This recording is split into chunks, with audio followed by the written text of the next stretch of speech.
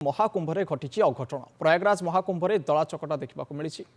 यही मौनी अमावस्या का मुहूर्त प्रारंभ होने के बाद से ही लगातार लगा हुआ है। प्रयागराज में महाकुंभ में श्रद्धालुजनों के सकुशल स्नान करने, अमृत स्नान के लिए देश भर से आए हुए श्रद्धालुजनों की व्यवस्था के लिए, उनके कुशल क्षेम के लिए आदरणीय प्रधानमंत्री जी का प्रातःकाल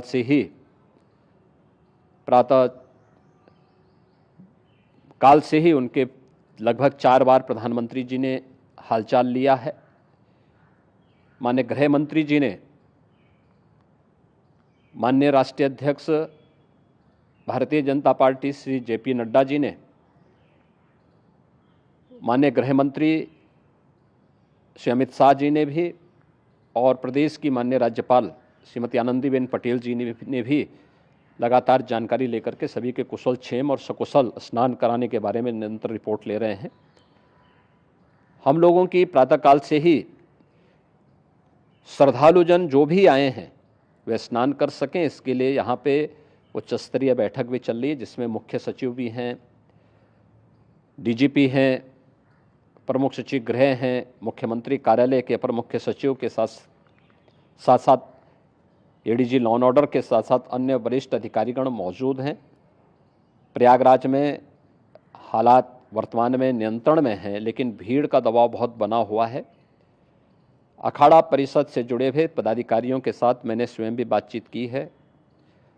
आचार्य महामंडलेश्वरों से भी, पूज्य संतों के साथ भी मेरी बातचीत हुई है, और पूज्य संतों ने बड़ी ही विनम्रता के साथ इस बात को कहा है कि नहीं, श्रद्धालु जन पहले स्नान करेंगे और फिर जब उनका दबाव कुछ कम होगा और वे सकुशल वहाँ से निकल जाएंगे, तब हम लोग स्नान करने के लिए संगम की तरफ जाएंगे।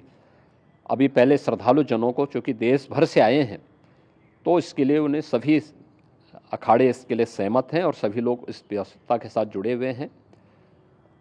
लगातार इस दिशा में हम लोगों का प्रयास है कि जो अब तक प्रातःकाल से ही आपने देखा होगा, कल मैंने बताया कि कल लगभग 5.5 करोड़ श्रद्धालु कल महाकुंभ का स्नान किए हैं, और आज प्रातःकाल तक लगभग 8:30 बजे तक 3 करोड़ से अधिक श्रद्धालु स्नान कर चुके हैं, और ये लगातार जारी है। लेकिन संगम नोच पर, अखाड़ा मार्ग पर, नागवासुकी मार्ग पर लगातार दबाव बना हुआ है, और वहाँ पर श्रद्धालुजनों की सुविधा के लिए भी हर प्रकार की वहाँ पर प्रशासन पूरी मुस्तैदी के साथ लगा हुआ है। और इसीलिए मेरी अपील है पूरे प्रदेशवासियों से, पूरे देशवासियों से, और सभी श्रद्धालुओं से भी, सभी पूज्य संतों से भी, कि अफवाह पर कोई ध्यान न दें, संयम से काम लें।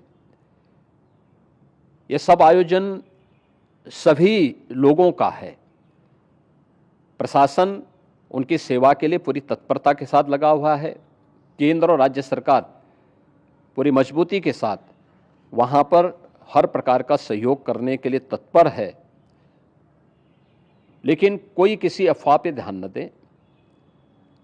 कोई भी व्यक्ति नकारात्मक अफवाह फैलाने का प्रयास करेगा, उस प्रकार से नुकसान हो सकता है।